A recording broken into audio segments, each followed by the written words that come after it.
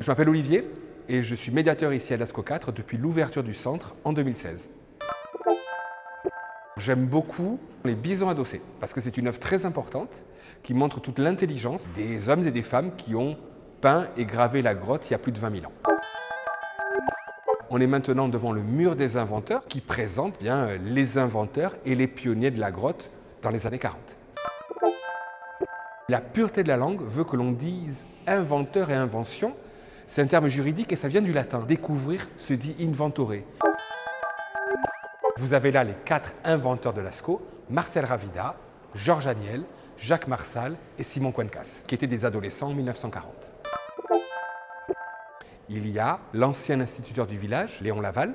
Il y a le premier préhistorien des cendres, l'abbé Breuil, un prêtre préhistorien qui avait un surnom tant il était important, le pape de la préhistoire. Alors la première photo la plus grande, ce sont les 4 inventeurs juste après la découverte, autour du 20-25 septembre 1940. Et la photo suivante montre les 4 inventeurs le 11 novembre 1986. Les 4 ne s'étaient jamais revus. La dernière photo a été prise devant l'entrée de la grotte, la porte en bronze, inaccessible aujourd'hui. La France a capitulé face à l'Allemagne nazie. On est ici en zone dite libre. Mais quand Lascaux est inventé, cette grotte a été utilisée par le régime de Vichy pour montrer l'éternité de la France. Ça montre voilà, que la France n'est pas n'importe quel pays. Et le régime de Vichy s'en servira. Il y a des reportages de journalistes, des reportages photos dès octobre 1940. Il y aura même en 1942 un petit film qui sera réalisé et qui sera diffusé dans les cinémas. Donc Lascaux est connu partout dans la France dès son invention, dès sa découverte.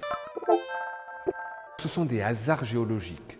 L'entrée de la grotte s'est effondrée une fois la grotte ornée. Il y a une couche de marne, c'est une pierre imperméable, un argilo-calcaire qui empêche l'eau de s'infiltrer dans la grotte. Et puis la paroi est recouverte de calcite, qui est une matière blanche et brillante. Cela va conserver parfaitement les peintures.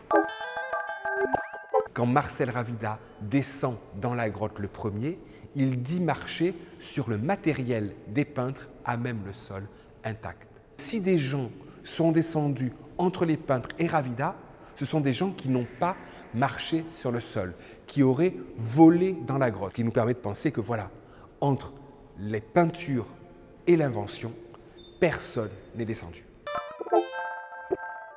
Il y a 2 inventeurs qui sont de Montignac, Marcel Ravida et Jacques Marsal. Ils seront guides de cette grotte. En 1963, Jacques Marsal en devient le gardien. Marcel Ravida, lui, va changer de vie, mais ils étaient très liés à la grotte.